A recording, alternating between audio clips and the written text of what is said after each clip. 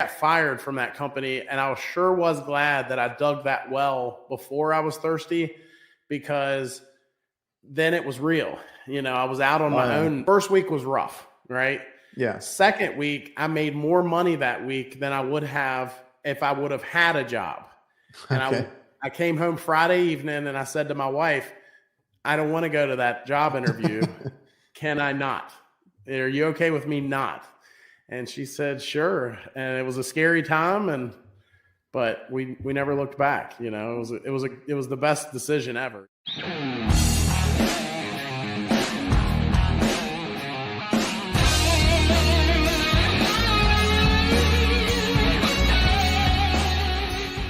Hola, what's up, everybody? Welcome back to the Reliable HVACR podcast. If you guys are watching this on YouTube, make sure you're subscribed, like, comment, all that good stuff. If you guys are listening to this on the audio podcast, wherever you listen to it, please leave a review, get this show out to more people. And if you guys are watching and listening, I truly appreciate it. We would not be here without you. Now, on that point, the first sponsor of the podcast, my favorite CRM, Jobber. Now with Jobber, we can do professional invoicing and quoting, at its base, but it has so many more features. You can schedule, which we use for reoccurring maintenance. So every 6 months, this thing will remind the customer. There's so much more you can do to message customers, set up reminders, set up scheduling. You can do more with checking in and out. You have price lists. You have tons and tons of features. If you guys need help organizing your business and helping it run smoother, it's been night and day for us. We came from paper invoices. I looked at or into other softwares, and there's a lot of complaints on other ones, and one of the big ones is affordability. Now with Jobber, they have really great prices. I promise you, they have something for anybody starting and needs just the basics, and then as you grow, you can get into these much bigger plans, and it grows with your business. So if you guys are interested in looking more professional, being more organized, it helps me get these invoices and billing out much quicker. In turn, we get paid quicker. So if you guys are interested, I can get you a free trial and discount if you go to getjobber.com/reliable HVACR. And another sponsor of the channel now is Vito Pro Pack, hands down my favorite tool bags. Now you guys have seen me rock a whole bunch of Vito bags, and I have nothing but good things to say.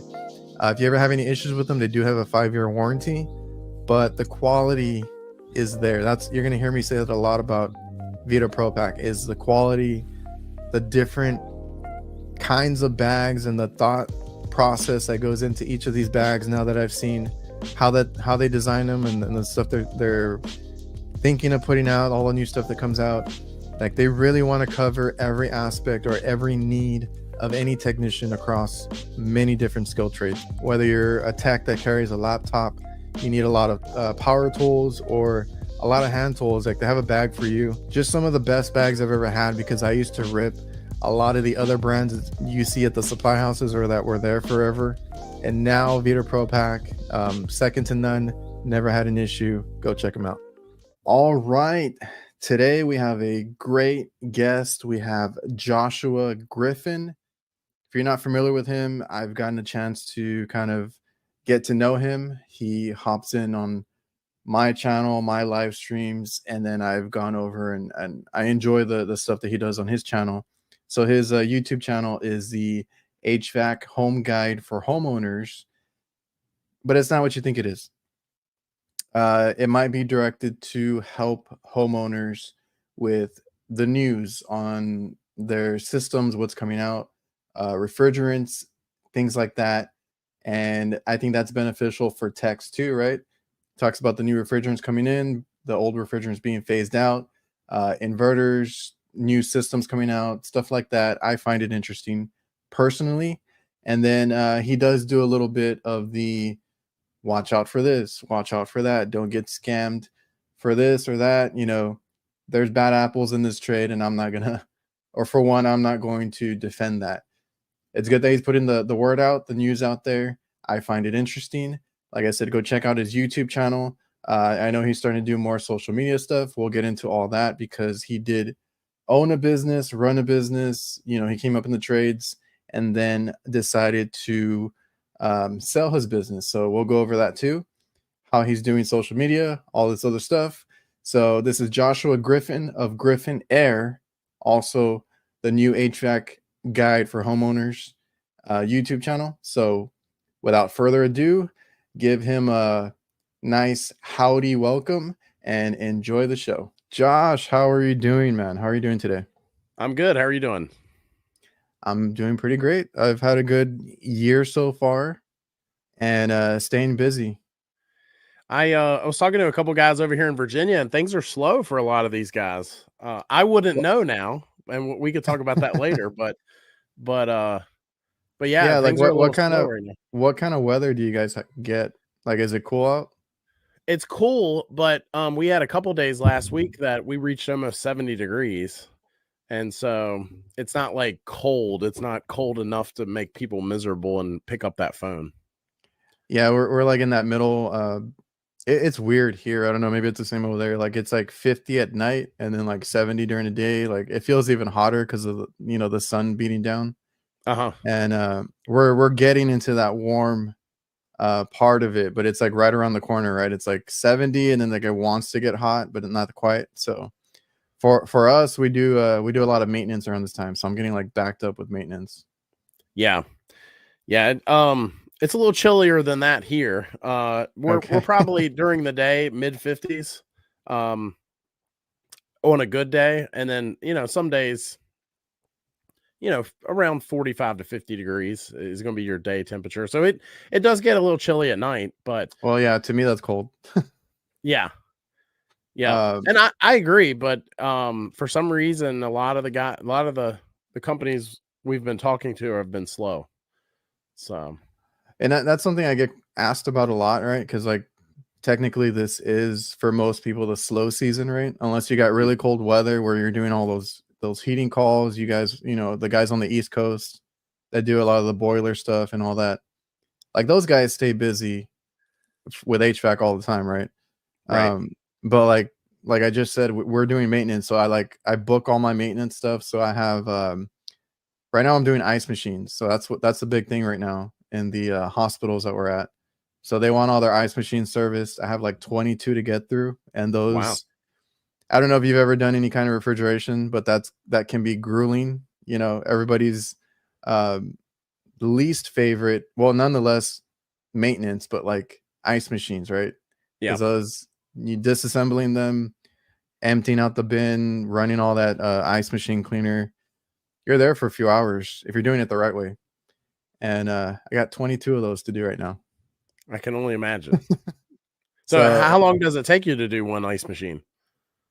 if I'm like really on it, I mean, it'll only take me like these specifically will only take me a couple hours. Being multiple floors on a hospital, there's a little bit of me trying to figure out where the hell they are. For one, because I haven't serviced these in a long time. Their maintenance crew wanted to do them after a while, so then like we stopped doing them for a few years, and now they're like, I don't know why, but they're like, now can you take care of them again? So there I am, like with my little iPad trying to walk around and be like, is there an ice machine over here? Is there one? Like I'm asking everybody because I have like 22 to find and I don't know where the hell they are. Or I don't remember where they are. So like it's a couple hours to do the maintenance and then like add an hour just finding the damn machine. That's funny. They're And hiding on you. yeah, man, and it's some people don't like it, some people do. My brother's okay with it because I kind of stick him with all the maintenance stuff. He's been Mhm. a good sport about that because I really don't like it. Yeah. I actually had some calls come in this week, even though I'm backed up on ice machines, and I was like, oh, thank God, I can kind of step away from the maintenance and go do some real calls because there was a bunch of like old walk-ins that needed to be fixed. And I get more excited for that than doing maintenance. But maintenance pays the bills. It keeps us busy in the slow season. So like after this, I have about 18 to 20 stores that need AC maintenance, and I'm going to be up on roofs doing that. Yeah. Yeah, it's that time of year for sure. Um, I think that's part of the the sauce, right? The secret sauce is trying to figure out ways to stay busy when it's quote unquote off season. And I always when I had my business, I would always gauge how well the business was doing in the off season. I didn't care how well it was doing in the on season. A lot of guys only care about that because they look at the numbers and they'll that's when you're making your money. But I always knew it was time to hire somebody if we were staying too busy in the off season, because who wants to hire somebody in the on season just to have to lay them off? Yeah, we've done that too. Like I've been getting asked recently too about hiring and stuff, and I'm like, well, I hate to evaluate us when we're at our busiest, right? It's like, yeah, you could use the help and all that, but then what happens when those calls get done, right? It's like, do we have enough work for you to keep you? Because then, like, if not, you got to start laying off people. So, did you go into that whole maintenance thing too? Did you have maintenance agreements and all that?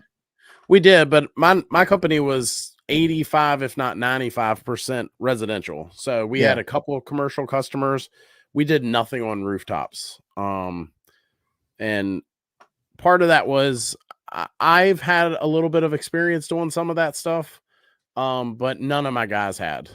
And so I just we kind of found our niche where we were. We were always the company that would install like newer stuff, like higher SEER, yeah, um, you know, ductless units, things like that.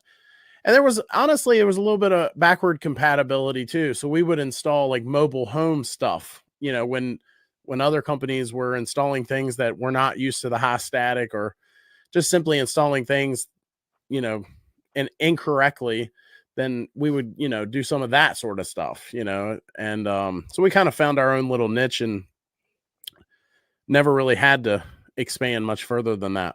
and that's what I tell people is like you can expand, you can do whatever you want to do with your own company in this trade or any trade. And then you can also just kind of get in your little niche and corner and just do what you do best and make money there. Because like I do want to expand eventually, but not to the extent of like where I got like a crap load of people to watch over and stuff like that. So we are in this little kitchen service corner, and I really enjoy it. Like I really do love working in the kitchen, rooftops, commercial work. I'm in hospitals, schools, restaurants. It's a change of scenery every time I go out there. So, like if you niche down and you kind of find what you're good at, it's a good thing. Like I'm very comfortable where we're at, and we're a small company. I think you guys were too, right? Yeah. So at my highest, the most amount of employees I had was 11. But I would say the last year we were running about 6 or 7, and then there towards the end, I only had 4. So I had really trimmed the fat. Yeah, we're kind of similar because we had, I think, at the most like 7, maybe 8 Mhm. at one time, and then like we had to kind of cut down a little bit, and things changed. This was a long time ago, and we have been in that sweet spot of like 4 to 5. So it's like 4 techs, and then we have one usually a helper that's in and out or part time or something, and we usually get a lot done or a lot more done that way. And it's more of a Mhm. like a quality control thing, right? Because that's the other thing is you expand too much, you kind of lose some of that quality, that control over it.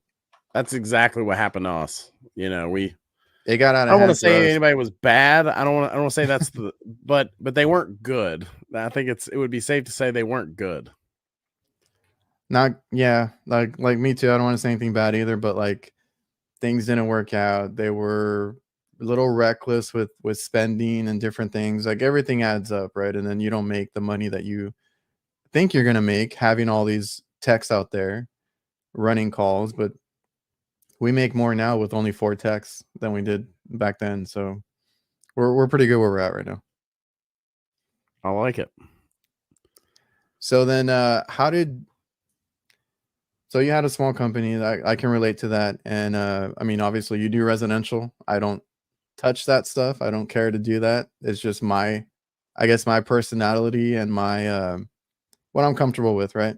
I Yeah. kind of grew up helping my dad, being in kitchens and all that stuff. I kind of got used to that. But for you, like, how did you get into the trades, or how did you find out about the trades? Like, is that something you went to school for? You found it later? You went to go help somebody? Because everybody has a different story. Yeah. So for me, I knew I didn't want to go to college, and I grew up poor, and I didn't want to go into a bunch of debt. I knew my parents couldn't pay for school, so for me, trade school was the best option. I felt like, and at the time, there was no heating and air class in the school that I went to. Uh, there, there, I think there is now. I've been told, but anyway, so I went to school to be an electrician originally, and I did that for a number of years. I think almost 5 years. So from age say 18 to 24 ish. No, I'm horrible at math. 22 ish, 22, 23 ish. I Yeah. worked for electrical companies and only did that. So in fact, it was mostly industrial and commercial, companies. So I did very little residential when I did electrical. And anyway, make a long story short, I chased jobs and ended up moving different cities and ended up at a company that did all three and Oh, loved it and fell in love with heating and air. And that's where I found it. And then I eventually moved on to working for a company that did property management, and I was their heating and air guy. And um, that was kind of cool because we had so many different, you know, there was no residential or commercial. We had one yeah. building that had a chiller or a cooling tower. I'm sorry. And then we had other buildings that had just simple, 80% furnaces. And, I had a couple buildings that had steam boilers, some hydronic boilers. So I really, got a chance to cut my teeth on a lot of that. And, I always felt like, and I still feel like, um, a lot of the guys that start out doing duct work and work their way up, it's not, that's a great way to get into this trade, but they don't, where those guys will sometimes struggle is the electrical side of things, which Yeah, is I've heard where that. I've heard that too. yeah. So that's where I'll usually shine. So you want me to build you a duct transition? It ain't gonna be pretty, but I'm the guy that'll sit down with those schematics and figure out what's going on. Yeah, that's interesting. And I've heard that people talk about that too, like, because duct work and install crews, like, usually that's, like you said, an easy way to get in. But some people are like, you need to get into service either right away, or try to get into it early, because it's a whole different thing, right? Learning how to fix something versus put in, like, sheet metal, duct work, whatever it is. Nothing against it. If that's your thing, do your thing, because there's guys over on Instagram like Jeff Jadem and all these other guys that do fantastic sheet metal work, and it's like It's an an art art. form. It's an Yeah. art form, yeah. Yeah. So I could never do that. I would never be that good at that, right? I learned it in my trade school or my college that offered it, and I was like, cool. I know how to do it. I know how to do my 90s offsets.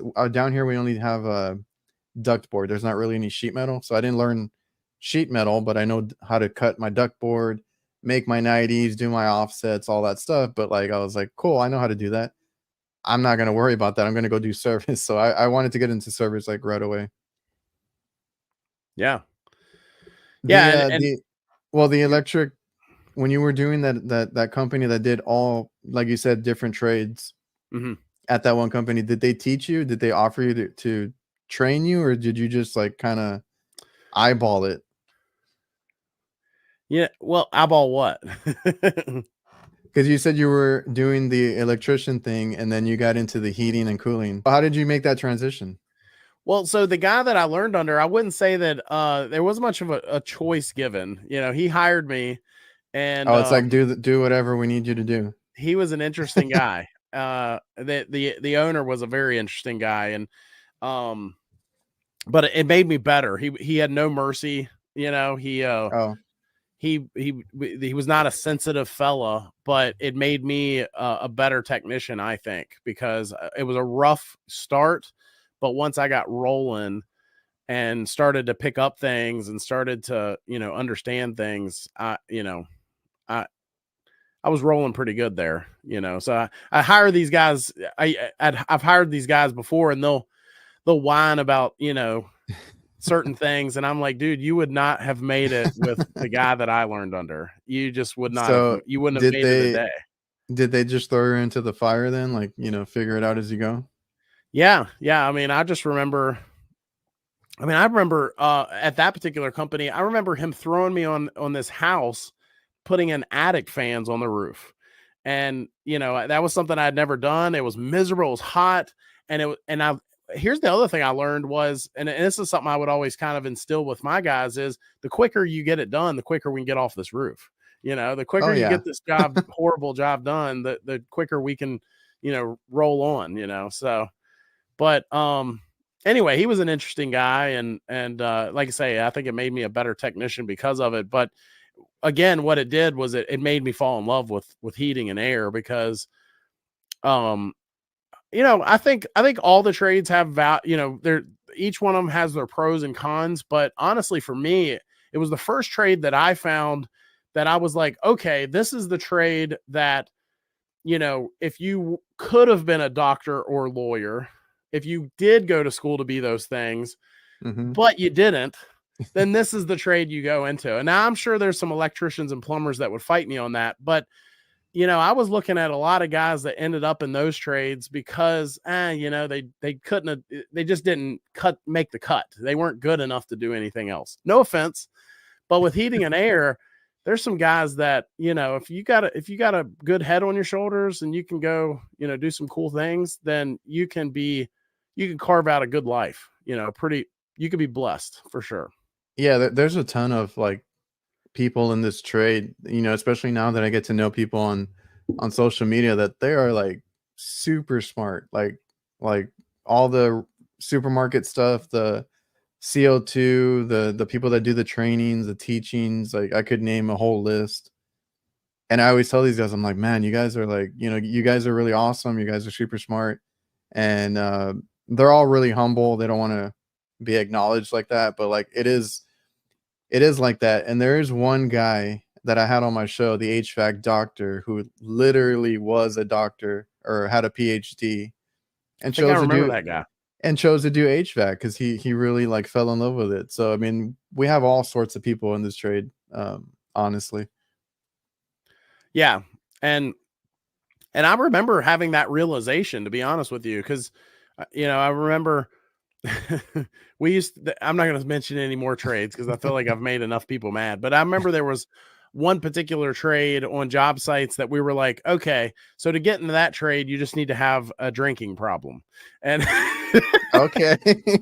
you know, and, so, there was some of that. And so anyway, when I finally came across heating and air, and, I actually remember a job we were on when I worked for the company that did electrical, and Yeah. the sharpest dressed guy that never got dirty on the job was the guy doing the control wiring for all of Mm. the units in these classrooms at the school. And I was like, that's the gig I want. And you look around, you always look at what other people have, and you're like, okay, that's the gig I want. And Yeah, the controls. And there's a lot of different things you can do also just in the HVAC trade because there's guys that want to go into the control side, the higher end stuff. There's guys that like to be in the field. They're, getting dirty and all that, which is cool. And then there's the guys that do like some guys want to do the engineering or I forget what they're called, the maintenance people like at the hospitals and stuff like that. Like those guys have a pretty good gig as well, right? They get paid well and they just have like a 9 to 5. They get to clock out. There's not really any overtime stuff there, or if there is, they get paid really well. Like you can find a good uh job in this trade. It's not just install or field work or anything like that. There's controls, like you said, there's industrial, there's hospital work, it goes on and on. I'll tell you the other thing. I was talking to a young guy a while, it wasn't that long ago, a few weeks ago, and he was saying sort of what you're saying. He was saying, "Look, I want to move to service," is what he was saying. I'm doing installs, and I want to do service, Yeah. and I hear that, I hear guys will say that, well, I did start, it's too late now. I can't start out doing electric. I can't start out doing service because I got my first job and I was doing installs, right? And my question to him and my question to anyone else is, yeah, you want those things, but what are you doing to get there? And he was kind of, I wasn't being hard on him, but I was like, how many YouTube videos did you watch last night? Yeah. How many of Adrian's videos did you watch? Well, none. Well, yeah, then how bad do you really want it? And it's not just YouTube videos. How many books have you read? How many whatever? How many classes have you taken? Do you Yeah. really want that? Or do you just see what other guys have? And so honestly, I got my first service manager job at the age of 26, and I think maybe I was probably too young for that position. I might have got that position because I was the smartest one there, but maybe not the most mature one there, And Yeah. I still had a lot to learn, but I've never met anybody personally. I'm sure there's guys out there. I'm sure there's guys that'll see this that could probably beat me, but I've never met anybody personally that's watched more heating and air YouTube videos than I have. I've never met anybody personally that's read as many books as I have when trying to get better at, Yeah. doing this thing. Books might be a little bit of a stretch because I'm not as big of a reader as I am a watcher, I guess. But I mean, that's just kind of the point. If you want to move ahead, what are you doing to get there? And there's plenty of examples of that. Like, just when I talk to people in the chat, I know Brian Sanders will probably be watching this. He's somebody who's older, really, and he would talk to me about it. He's like, I really want to do refrigeration because he was doing something else previously, and he was in the HVAC trade and all that, but he really wanted to do commercial refrigeration, kind of like the stuff that I do. And he finally made that jump. He got a job. He's loving it. He's Nice. having a blast over there. So like, it is a little difficult, like you said, maybe to do that transition, but like, you can if you want to, if you really wanted to. And that whole point you made about watching a lot, reading a lot, and I tell people there's no excuse now, right? There's YouTube, there's social media, there's a lot of good HVAC techs that kind of show like tips and tricks if you want it in a short form, TikTok or Instagram, whatever it is. Like, you just have to go out there and look for these people, because like when I was in the trade, I mean, when I started in the trade, I was also like trying to look up manuals, trying to look up like anything I could. There was not really any YouTube or anything like that. Social media, not really. Um, so I was always looking for things that I could read up on too. I went to all the classes in person, so I did all that. Like, now it's a lot easier. There's no excuse, like you said, pull up a YouTube, read a manual, do whatever you can just to learn more, right? Like, that's all you need to do. Oh, I'm glad you said that. That's another one. I would take the manuals home and read them, you know. Well, I can rival you then, because I used to do all that stuff, and that's the only way that I survived in this trade, because I didn't really have anybody showing me or taking my hand and showing me all the ropes and stuff. Because I did what I went to school, and then I got my experience with a residential guy to get my contractor's license and all that stuff that I had to get taken care of. But my dad really needed somebody to do refrigeration for him, right? So I'm in the kitchen. We had a couple of guys that I could call, but I didn't have anybody there like showing me what to do.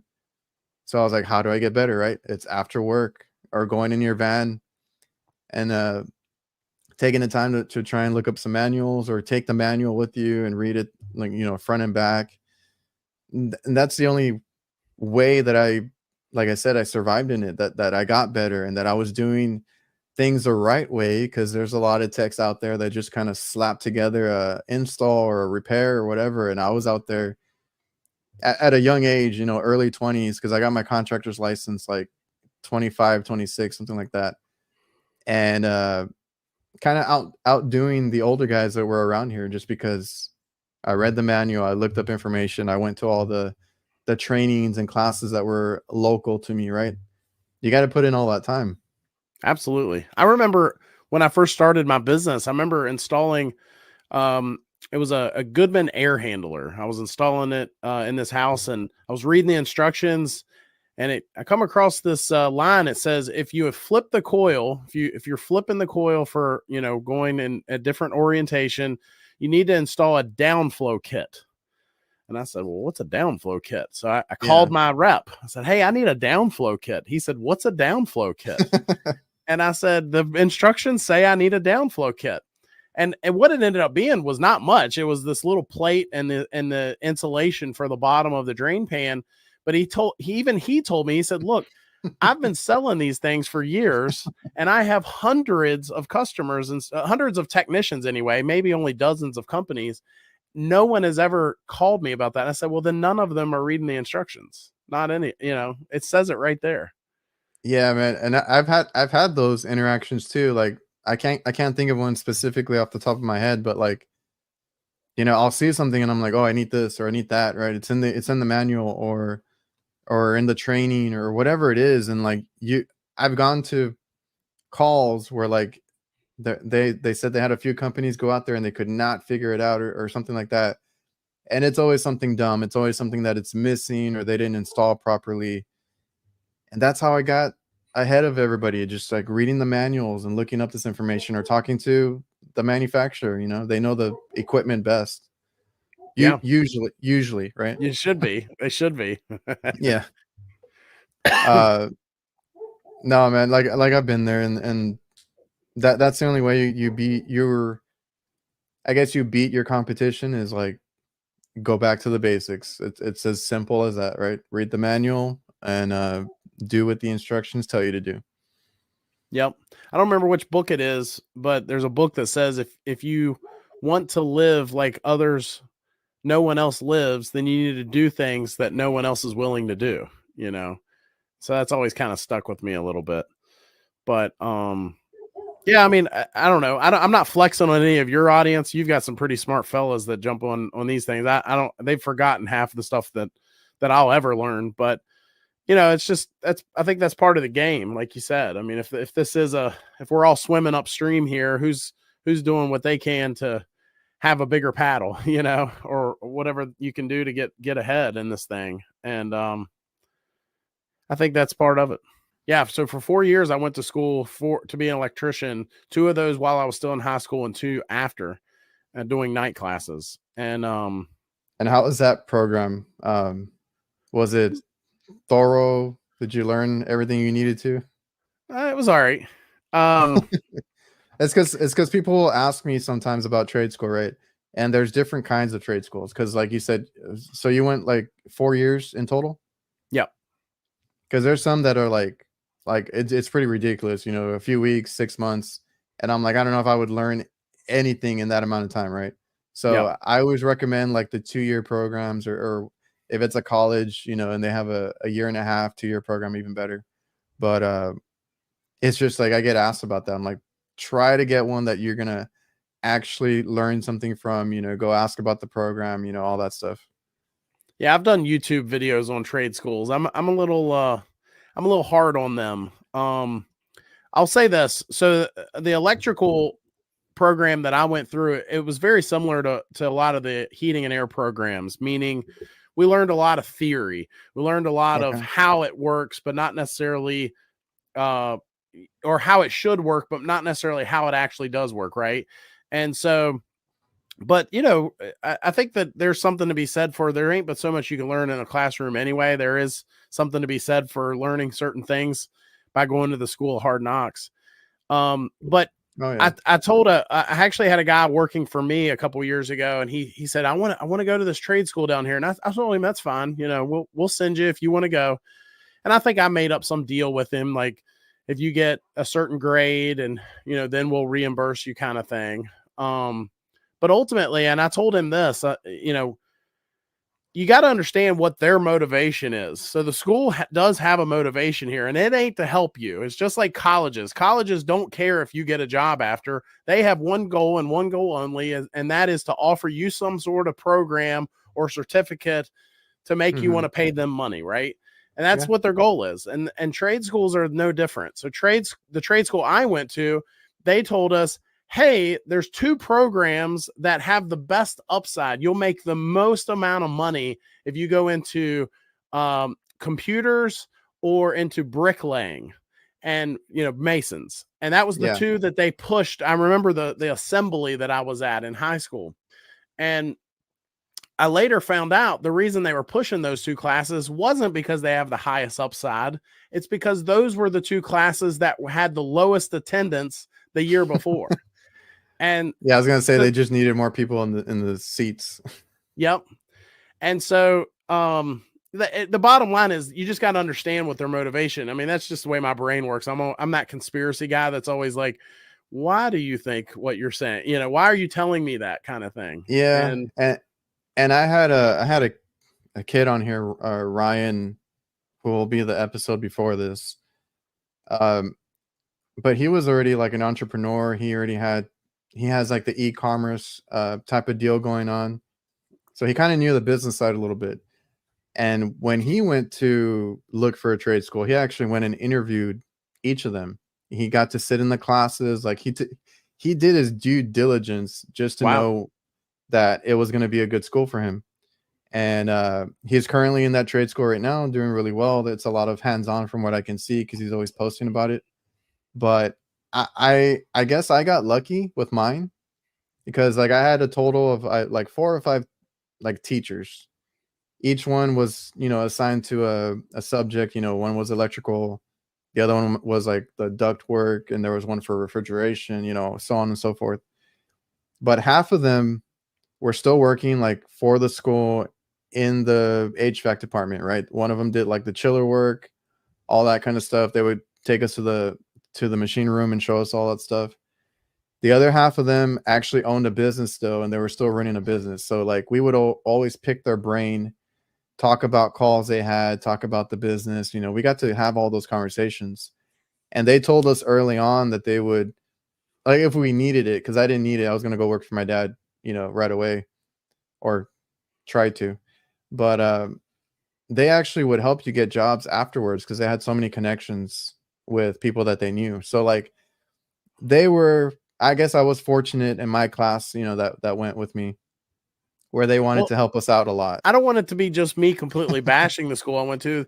I had a really good, one of my teachers was really great, and he did the same. He tried to link us up with certain companies and or jobs, and that is how I got my first job. So it wasn't completely all bad. But the other thing that happened to me was in the state of Virginia, to get a journeyman license, you have to have a certain amount of work hours and a certain amount of schooling. And depending on what that ratio is, you can have less of one and more than another sort of deal.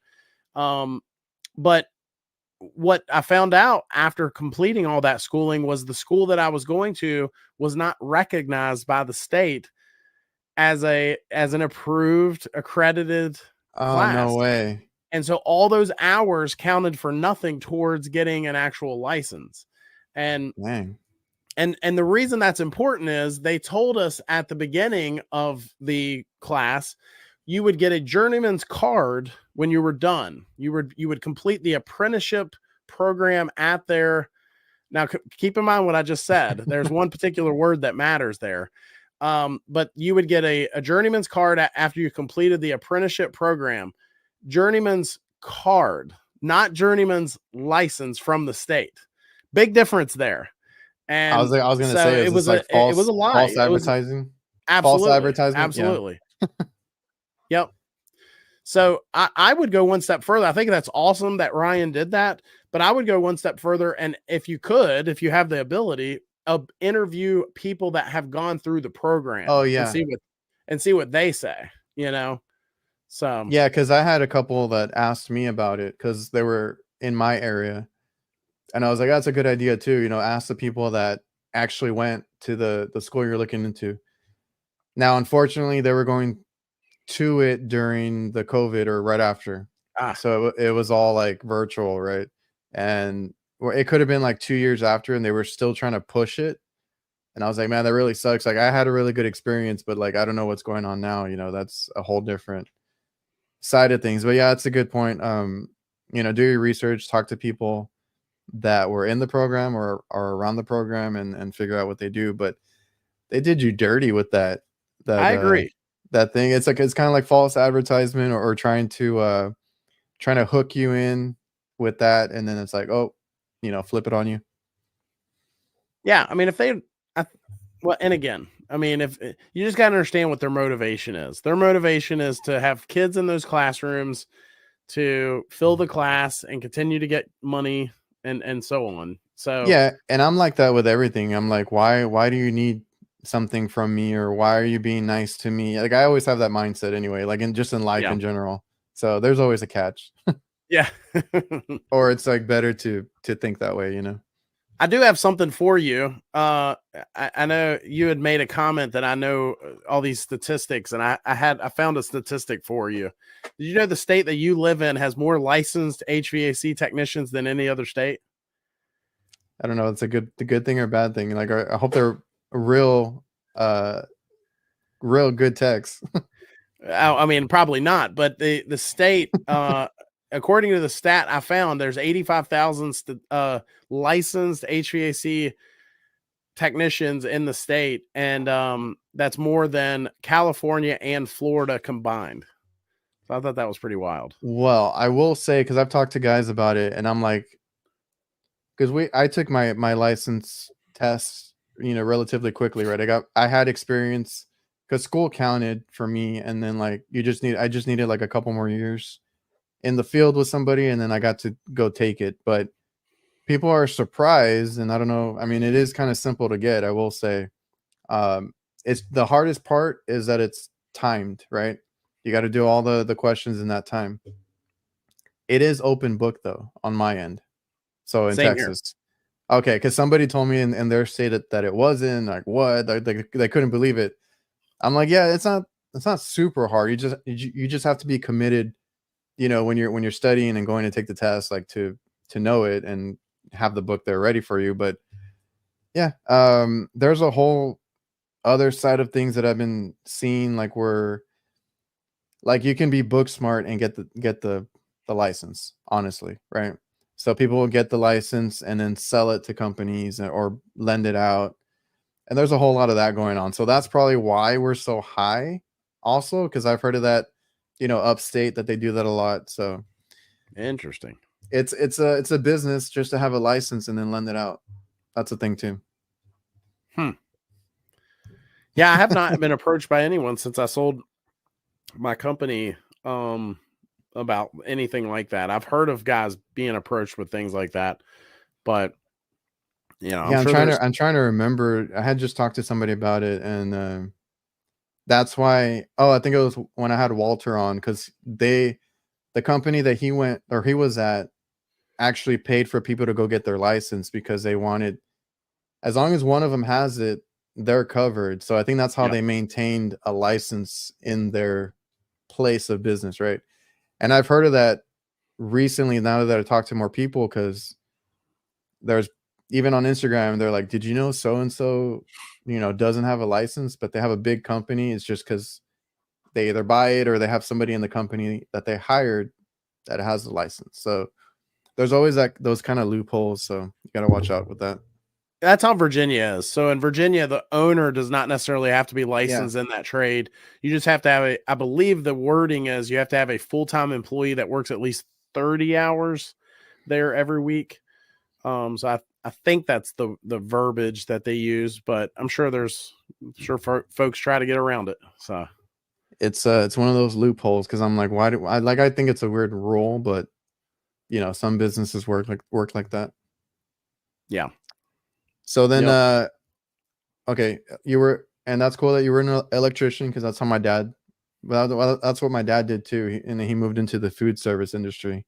But you did that. You learned heating and cooling, and you had other jobs. Like, when did you decide that you wanted to start your own business? When I had the worst boss ever. Oh, okay, that's what drove you. There was a part of it, but part of it was I'd just gotten my master's license, and I mean, I'd always known that I wanted to be some sort of business owner, even as a child. When I Okay. when I grew up in the trailer park, the wealthiest guy in the trailer park was the guy that owned the trailer park. So I remember that, and so uh, I was working at a company and got my master's license. The company was a property management company, so it wasn't like I was Oh yeah. moonlighting and stealing customers or anything. But I did start moonlighting, and it's a long story, but the short version is I got fired from that company, and I was glad that I dug that well before I was thirsty, because then it was real. I was out on Oh my yeah. own, and I booked an interview with a company, a job interview, on a Saturday 2 weeks after I was fired. And so I started, quote unquote, I became self-employed. First week was rough, right? Yeah. Second week, I made more money that week than I would have if I would have had a job. And Okay. I came home Friday evening and I said to my wife, I don't want to go to that job interview. Can I not? Are you okay with me not?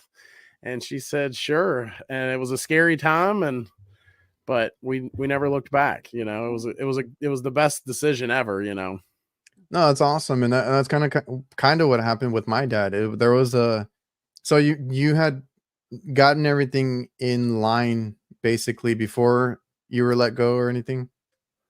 Yeah, so I'd gotten my master's license. I was moonlighting, so I even had insurance. I was Okay, you had it all. doing everything legit. Yeah.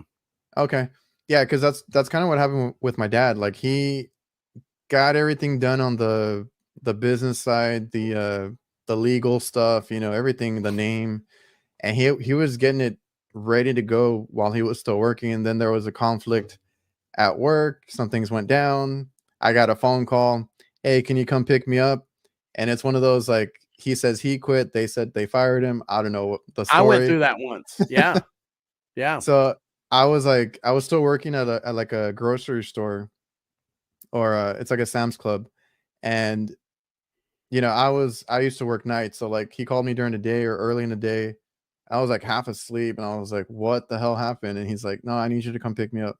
So I went to go get him, and then like that he always says that's the best thing that ever happened to him, because he was not sure about starting, right? Even though he had everything in motion, he wasn't sure how to start. He was afraid to start, all that stuff that you go through when you open up a business. And he's like, no, that was the best thing that ever happened to him. And then he hit the floor running after that. And like you said, there's going Good to for be a him. rough there's going to be a rough patch, right? You're like, Yeah. I don't know if this is going to work. We'll see what happens. And then you start making that money, because like anything in the trades, honestly, I mean, I'm particular to HVAC because I feel like that's an easy one to kind of make money in. Um, he was in the kitchen stuff, obviously, first, because we didn't have an HVAC division then. But yeah, man, he was in demand after a while. Like, even with that, they do need good techs, because like he was one of those, and I mentioned on your show that he did all his trainings, he learned all this stuff, he was reading books in his off time. Like he went from electrician to food service, and he really like dove into those books to learn it as well as he could. And now he's the guy that can go and fix something that other people can't fix. And it's really cool to see. But like, it's similar story to like kind of what you were saying. Like, it's one of those things that just happens, and then you start making really good money, and you're like, whoa, this is a good business to be in. Yeah. Yeah. I went through that one time. I had a company that he took me to lunch and he said, it's not working out. You're not up to snuff. And of course I got mad. I was young, and and I actually, this is the truth. I told him, I was like, I'm running circles around all your other guys, so I don't know what you're talking about. And he said, you've never ran circles around anybody in your life. And so I stormed out of there, turned in my uniforms the next day, filed unemployment while looking for a new job, and they turned me Yeah. down, and they said it was because he never actually said the words, you're fired. And I said, well, then I'll be Oh, back to work tomorrow. I'll be back to work tomorrow then, you know? yeah. And yeah, that guy was a snake too. So the last Oh boss man. I had, she was a broom rider, and that guy was a snake. So I had a couple. You get enough bad bosses, and then you just decide you don't want a boss anymore, and you start your own business. Yeah, man. And that's how it is, unfortunately, right? My dad, like that whole thing that I talked about him calling me and the whole situation at work, it's because somebody he talked to went and kind of like talked to the people above him and got him in trouble, and they were supposed to be friends. I don't know. A lot of weird stuff happens, when they're trying to. I think he was gunning for that position that my dad had because he was like a manager, and they turn on you real quick. Yep. You Um, ain't lying. okay, so then you started your own business, and that's a good feeling because, like you said, like once you kind of go that self-employment route, it's really hard to go back to anything else because I like I worked for my dad. It's technically his business, but I get to run the HVAC side and I do all the behind the scenes stuff anyway. But like I get to set my own hours, set my own, I get to pick and choose my work. I love doing all that stuff. And then you get to kind of do your own thing. And I get to make all my kids events and things that they need to do. I mean, you're not going to make everything, business comes first. Unfortunately, sometimes, right? You got to pay the bills, but for the most part, I can make all the school events, take them when they need to go to the doctor or something, something like that. Even during that whole COVID thing, I was the one that was flexible with my schedule. So I was watching him, my son, and like doing the whole at home teaching that I was not very good at. So I was like, I don't even like doing school myself, but let's give it a try. That's awesome. Yeah. I I don't didn't have enjoy much it to add though. on that. I didn't enjoy it, but I did it. Yeah, no, that's awesome though. I think my only rebuttal would be family comes first, man. Family comes first. Those customers can wait. That's everybody's like whenever I ask people about like what do they like to do outside of work or hobbies or anything like that, a lot of the responses are family time, right? And doing things with their family and going out and all that. So like when people ask me like about opening up a business or doing their own thing, I'm like, you get more family time. You might in the beginning, you're gonna build it up. It's gonna take a little time. You're gonna be up late. You know, it is what it is, right? You got to build up the brand, but you get to reap those benefits later. It's like you get all the family time in the world that you want. Like we had a lot of, or we had too much work when we started, and we had to start thinking like we can say no. That was a hard thing for us to do too, is like learn when to say no and tell the customer that it can wait, especially like if it's just like an AC or something. Like if it's a freezer, a lot of product, if something is expensive, then yeah, I got to go out in the middle of the night. But most of the time it can wait, spend time with the family, the kids, and do all that. So the family time is important, like you said, and you can do a lot of it when you do your own thing. Yeah. I've had customers, I mean, I'm sorry, employees that would, they'll say, "Oh, well, you know, oh, you're still in your slippers this morning, and oh, oh, I bet you slept until 12 this morning, didn't you?" And they would say all kinds of things, but if they only knew, when you own a business, man, all those nights they get to go home, they get off work, they get Oh to lay yeah. their head on their pillow at night, they get to see their families. All those nights I was, working on my website, sending out proposals, invoicing the customers, working on my next YouTube video, I mean, just all that stuff that I was doing. I'm a night owl anyway, I'm just not a morning person. I'm I'm the same way. learning. Yeah. I'm learning to be more of a morning person because I've also learned that the more you say that, the more you believe it. So I'm trying to stop saying it so much. But anyway, yeah. So after 10 p.m. is when I would always work on my other businesses, And I feel like I'm more, my brain's more active at night. I'm more creative. I get ideas and I'm like, I got to do this now or I'm going to forget yep. type of deal. So yeah, I've been there, doing the late night, even if it's like invoicing, quoting, like you said, sending out stuff and emailing. I always end up doing that late at night too. And I get a little envious and jealous of these other guys that just get to clock out, right? 5, 6 o'clock, they get to clock out and don't think about work. And then all we do is think about work 24/7. Yeah. Yep. You never turn it off. I was weird. The week after I sold my business, it was the first week it was the first week in 12 years that the phone didn't ring, and I had like, I don't want to say no stress, but it was like I went from level 100 to level 12 real quick. And it was so weird, so it was crazy. I can imagine that's a weird feeling. If going from a business owner to like kind of chilling out for a little bit. Yeah. But I mentioned your YouTube channel earlier. It's doing really well. And if anybody wants to go and see a fresh, young, clean shaven Josh, you can go digging around his YouTube channel. They're still up there. I'd seen them. So you've been on there for a while. What made you kind of want to do the YouTube channel? Was there like a goal in mind when you started it? Absolutely. So the goal was, when I started Griffin Air, which was my business, there was nobody in my area that had a website except for one company. So I built the second website. I noticed that too. Like that was a big importance to me. It's like getting that presence, right? The online presence, a website, all that stuff. Cause like I was trying to do things that other companies weren't doing. That's it. Yep. Yeah. So my biggest competitor had a big billboard in the county. So I said, well, I can't get a bigger billboard, but I can get a bigger website, and I can get a bigger YouTube channel, and I can get and all these things. So YouTube originally was a place for me to get on my soapbox and tell potential customers, here's why you should buy what I'm selling, because when you're in their home, you've never experienced this, Adrian, because you've never been in the home, but when you're in their home, the walls are up. They know you're trying to sell them something.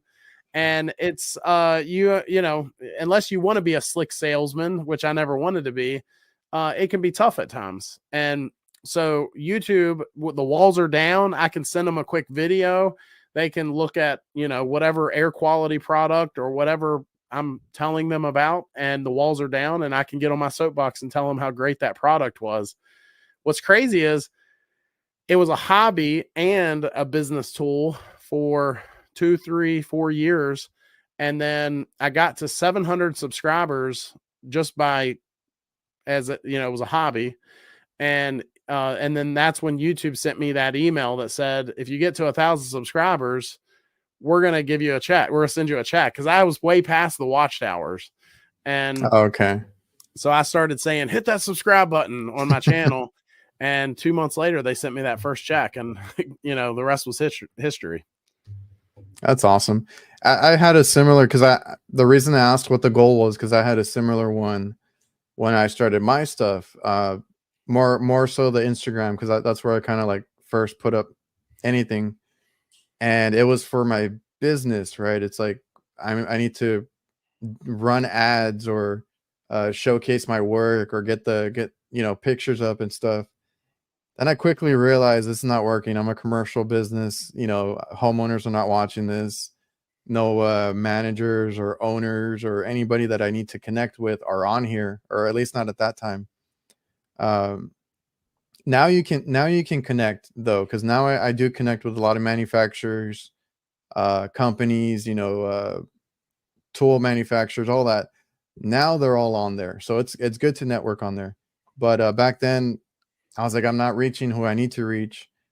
So my goal had to pivot. I had to pivot and go to just building up a social media, because I was getting people from like all different countries watching and all this. So that was something different. I had to kind of go away from the business model and then just kind of build relationships and friendships and all that came with it. And yeah, man, your channel's doing really well. I do like what you do now. It's like the whole you kind of have that news anchor style. That's what I told my girlfriend. I was like, he kind of does all the news and the statistics and all that stuff, and I'll keep up to date. If there's anything, more than likely you're going to cover it on one of your videos. So that's kind of cool to see. Yeah, I like seeing that side of things. Yeah, a lot of folks will hear because my channel's called HVAC Guide for Homeowners, and they'll go, "Ooh, I hate DIY." Well, me too. I'm not a DIY channel. It's more for I thought you were gonna be a DIY channel when you first popped up, but then I started yeah, watching the videos. yeah. A lot of folks think that. I've had potential sponsors say, we don't sponsor DIY," and I'm like, "Well, good, because I'm not." Yeah. And no, that the channel quickly became the analogy I use is if I was going to give my mom or your mom advice on buying Oh a yeah. heating and air system, here's what I would say. And that's really what I do with a lot of my videos. I do different things now because I'm trying to branch out and have some fun with it. We've done some videos for other pros. Nowhere near as good as yours, but we're trying. And Thank you. yeah. But that's really what our target audience is. And I think that those folks, I think there's a lot of folks out there like that, right? They don't want to be DIY, but they also don't want to be taken advantage of by some of the guys that are in our industry that take advantage of people, unfortunately. Yeah, So my phone is blowing up because I posted a meme today about a $2,000 capacitor. I put in the captions that it was a joke, and like there is like full on arguments in the chat about, or in the comments about HVAC techs are scum of the earth. I'm like, no, not all of us, but there are some. yeah, yeah, So yeah, I just had to throw that in there because my phone has been going off like crazy. that's pretty clever, actually. Pretty clever marketing or I was post just you did talking. there. I was just talking with somebody because I was like, man, like, because we were talking about social media, and like, still have yet to figure out TikTok, but I still post on there. And I guess we're talking about like views and how they're up and down and stuff. Then I posted that, and I replied to him like, well, controversial videos still do well. Everybody's like going crazy over there. A lot of homeowners don't understand something that a lot of guys don't talk about enough in our industry, and that is people talk about you know diagnostic fees, and they talk about flat rate, and they talk about all these different things. But the thing they don't talk about enough, in my opinion, is they don't talk about non-billable hours in our industry Oh enough. yeah. And that's why a lot of folks struggle with the pricing, and why it does if we are putting a $10 part in, there are even guys that will get into our trade that they just don't understand that yet. And because I remember getting in the trade and saying, well, it only took me 10 minutes to put in, and it was a $10 part. Why are we charging? Back then we were charging 175 to put it in, Yeah, and that was my issue too. The same mindset. yeah. And then I think the second you make that click, that there's so many non-billable hours in comparison to electricians and to plumbers and to tile guys and to painters. I remember I had a drywall guy. He had to fix we had an air handler leak. It never happens to anybody, but it happened to us, right? We had an air handler that the float switch failed, and we had water coming through a ceiling. So we paid the guy to fix a hole in drywall. The entire spot was 4-foot square section, and his bill was $1,200. And I remember saying to him, I'm like, just so you know, insurance not paying for this. I'm paying for this. So, Oh yeah. what are we doing here? What are you charging me per hour? And he said, well, what do you charge per hour? Well, it doesn't matter what I charge per hour because I have so many non-billable hours. I'm a heating and air guy. You're a painter. There's a difference there. It's not because I'm better. It's because I Yeah. have so many non-billable hours in my industry. And that's really what it boils down to. Yeah, and me and my dad struggled with that, right? Where it's like, well, we don't want to charge too much. I mean, this was like too easy, right? It's like, but no, like, that's why some people do those fixed rates or whatever they're called. Just to go put in like if it's a certain part, there's a certain price, right? Yeah. Uh, we do more of the per hour thing because we're commercial. They kind of try to keep track on us about that, but still, I'm not gonna go out there just for because like somebody was trying to charge me They wanted me to go down to like the per minute or per half hour. I'm like, no, that's not how it works, right? Like, Right. I'm here if it's like whatever your minimum is, right, to get out there, or a minimum time, whether it's an hour and a half. Like, there's minimums, what I would call them, because you're not going to go out there for like $50, $75, whatever it is. Like, there's other costs that go into it, your truck, your insurance, your license, your everything, right? So it's not talked about enough. I agree, but like, I don't know why we're in such a, and it's probably all the bad apples that we have, that we're under a microscope, because I post something like that, and then like everybody, all the homeowners come and attack me, when they're probably overpaying, at the restaurant they like to go to, the DoorDash, their insurance company, the hospital bill. Like, there's a bunch of price gouging in other industries. Absolutely. And I'm not driving a Bentley, and you aren't either. And No, no. so I remember my mom was in the hospital, and they gave her some ibuprofen, and they Yeah, charged, I'm wanting to say it was $500. yeah. And it was like, but that's okay. That's acceptable because it's in that industry, and that's a hospital. So, that's why I just go back to the non-billable hours, because there is a lot of overhead, and there is a lot of things that are hard to explain to people. Hmm. And, that I think a lot of guys struggle with that. They struggle with flat rate, and they struggle with the hourly thing. We did the same thing. We flat rated a few things, but it was usually hourly, but we try to give an upfront price. So it felt Okay. flat ratey, and, but even still, you give them a flat price up front, an upfront price that they approve, because you're like, well, I'm going to replace this compressor, and it's going to take me X amount of hours, and it's going Yeah. to, take, all these materials and the compressor, whatever. But it never failed. And you marked, it's going to take you 4 hours, for example. Oh, yeah. And they say, it only took you 3 hours and 28 minutes, Yeah, because I've been doing quotes recently, right? Because I got a lot of old equipment that needs like compressors or leak repairs. You have to, especially if they want the price up front, and unless they want it just billable, like we can do both, but like most of the time we got to give a quote up front, and that's going to be what they pay.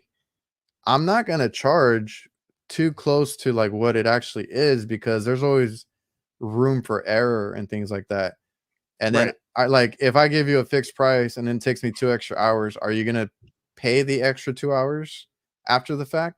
No, they're going to hold you accountable to that bill.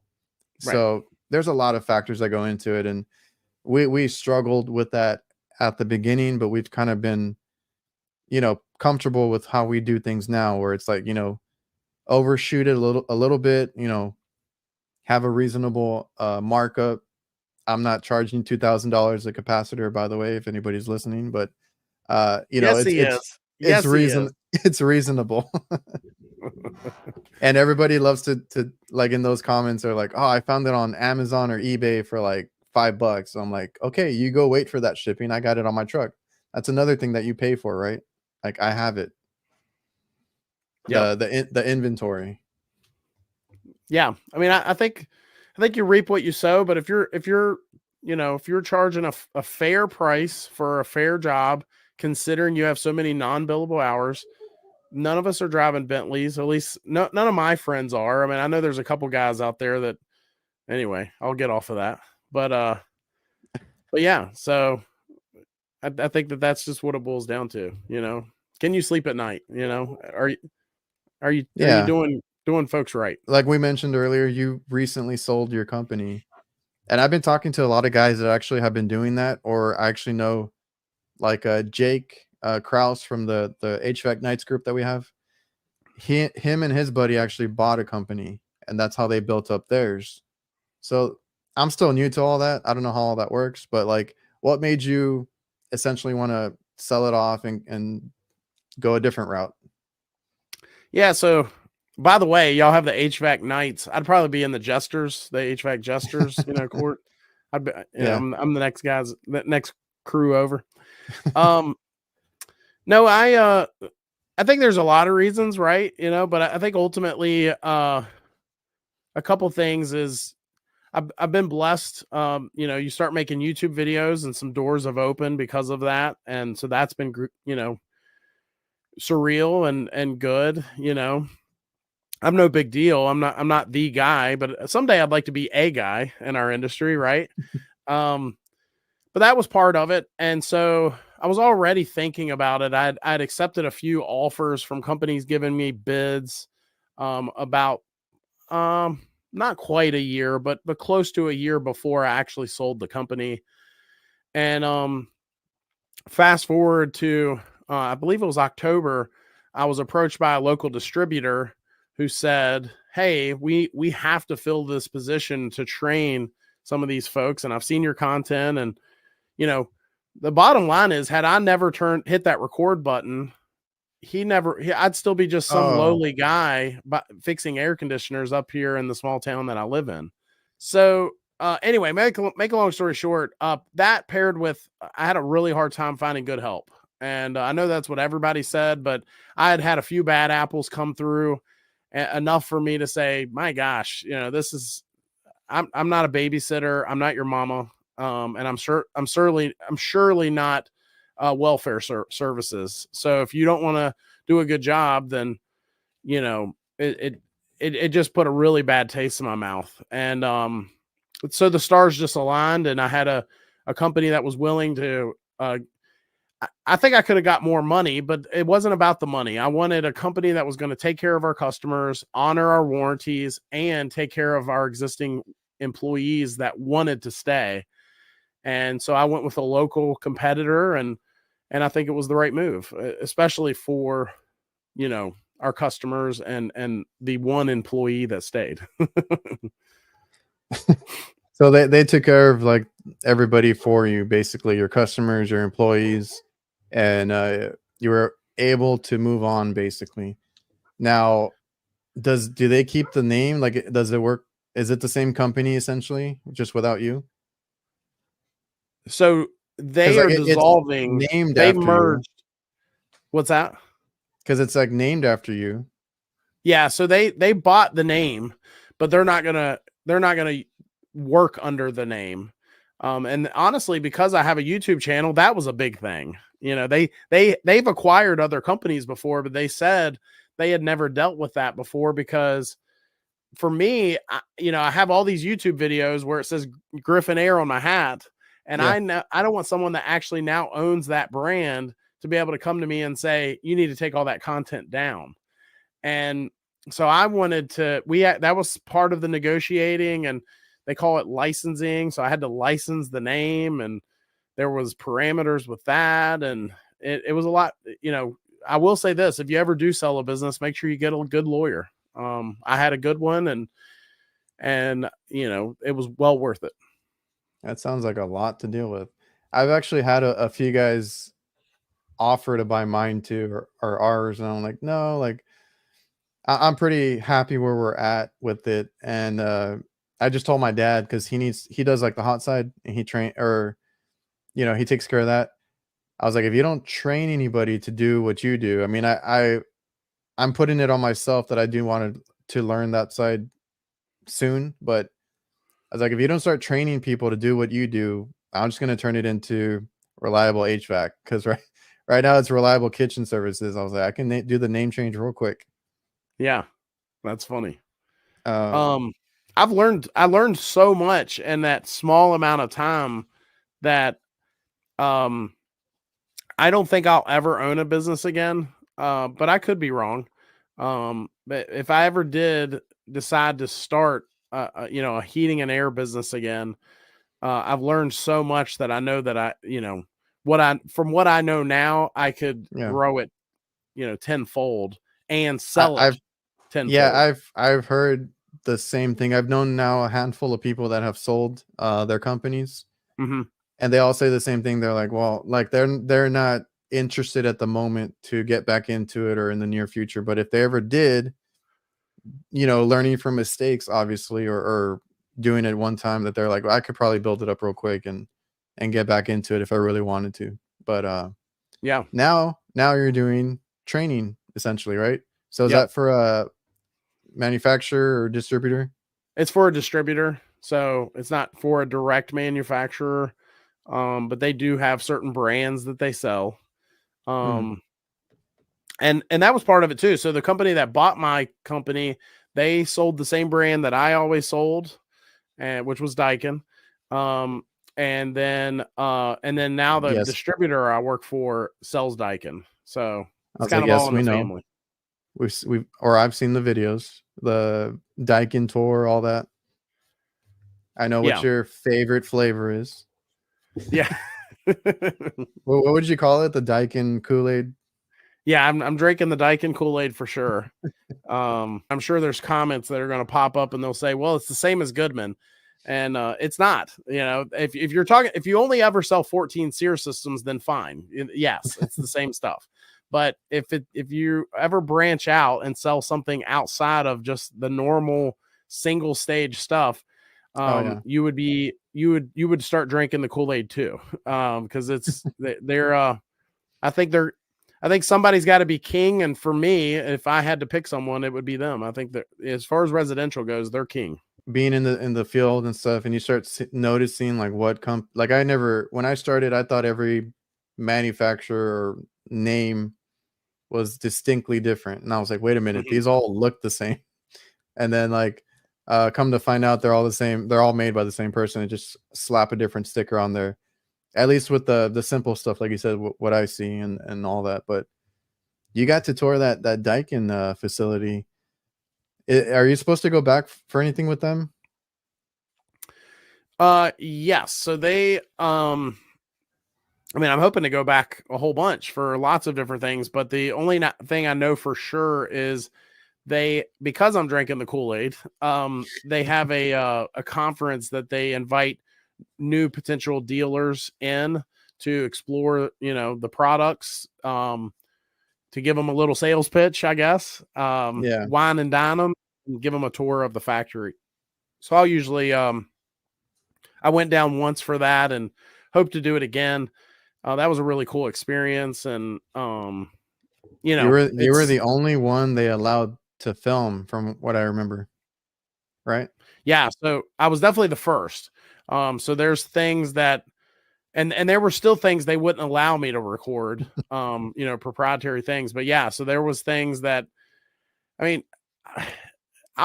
dude, I'm still the kid that grew up in the trailer park. It's just nuts to me, I mean, there's not an arrogant bone in my body, it's just, I just, it's very surreal. But anyway, they said, yeah, I was the first one to ever record certain things in there. One of those things being one of their big products. And, if you ever do get into residential, it's called the Daikin Fit.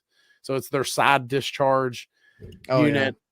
And so they just started in the last year or two making that here in America, which is a huge deal because a lot of the companies don't.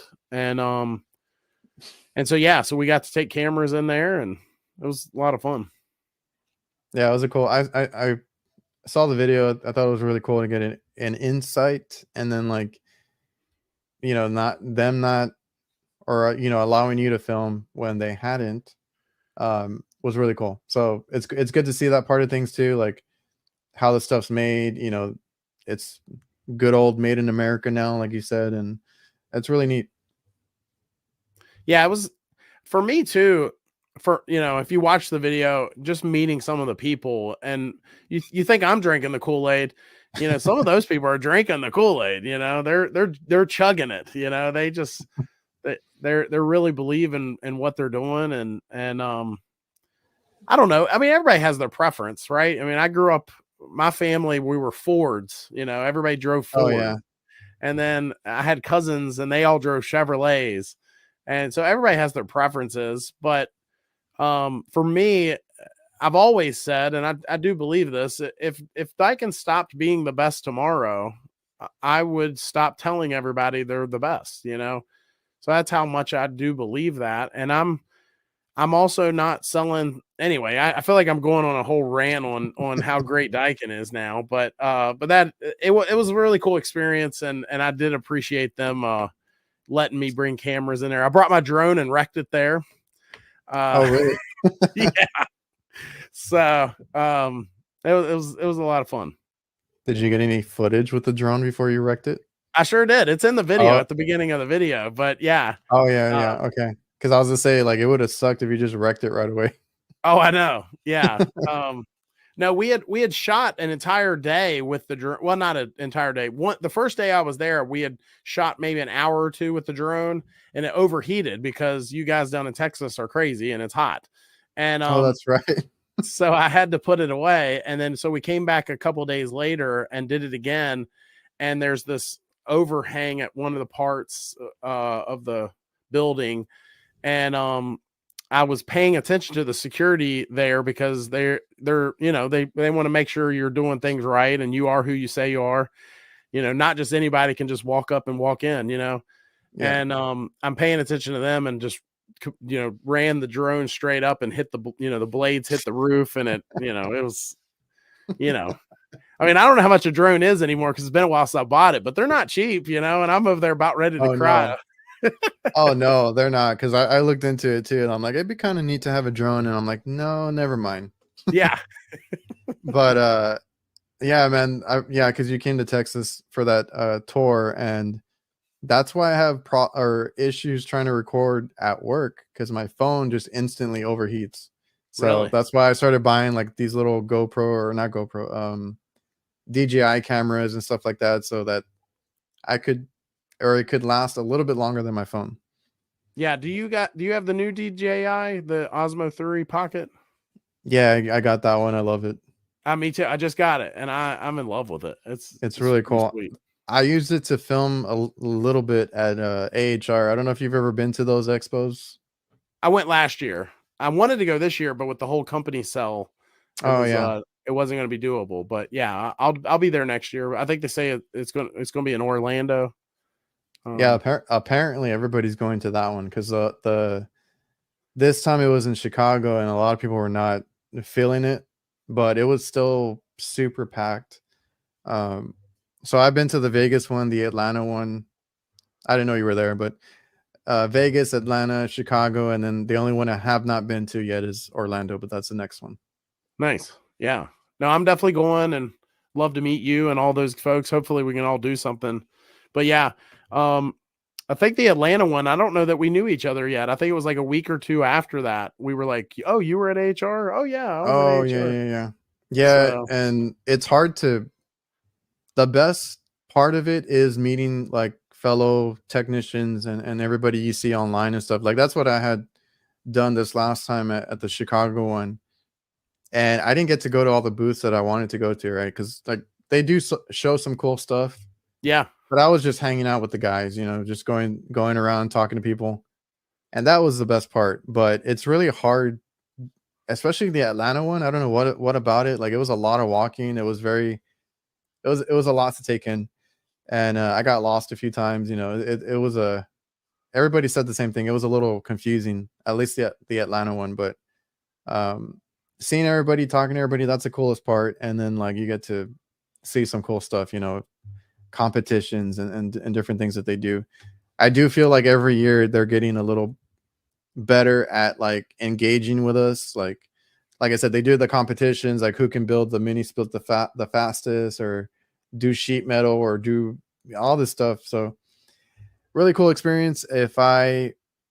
More than likely there's a lot of people going next year. If I get to go, like I would love to meet you, get to talk to you, and anybody else, because a lot of the guys in the chat or that are usually in the chat have said that they're going to go too. Yeah. It's going to be Orlando seems like it's such a cool place anyway, but yeah, it's going to be a lot of fun. Chicago kind of sucked. Like it wasn't horrible, but like I'm from Texas. I'm like I was a little scared because like that first night that I got in, it was like now the week before it was like negative. I would not have survived in that. So like the data that I got there, I think it was like 20, which was manageable, but like I had never seen snow before, and I'm like, what the hell? Like really? You've never seen it? That's cool. We only get it like once every like 10 years, and it's only for the morning or whatever, and then it goes away. It melts. So like that was like real snow, and I was like, holy crap! I had like 3 or 4 jackets on. I was like terrified, but it wasn't that bad. It's just that I was very scared going over there. Yeah, no, next year is gonna be a lot of fun. We definitely need to get some of the folks together. Well, Jake and Curtis said they're going to go, so I'm looking forward to that. Yeah, those are the nights, right? Yeah, because Curtis tried to get him to go this year because me and Jake had went, and then he was like, "No, I'm not going to go." And then he's like, "Damn it, I missed out. I should have gone." And he's like, "I'm going to go to the next one." So we'll see him there. How'd you get linked up with those guys and start the cool club, the HVAC Nights Club with the round table? The cool kids. Cool kids. It's like with anything, like they used to comment on my stuff, and then I would like check them out and comment on their, just kind of like how me and you basically, started talking. And that's the cool thing about it. Like it's hard now to kind of go through all the comments, but like I do try to go through them, and you never know, like some of these guys are pretty cool, especially the ones that actually post. You get to see them and get to know them through their videos.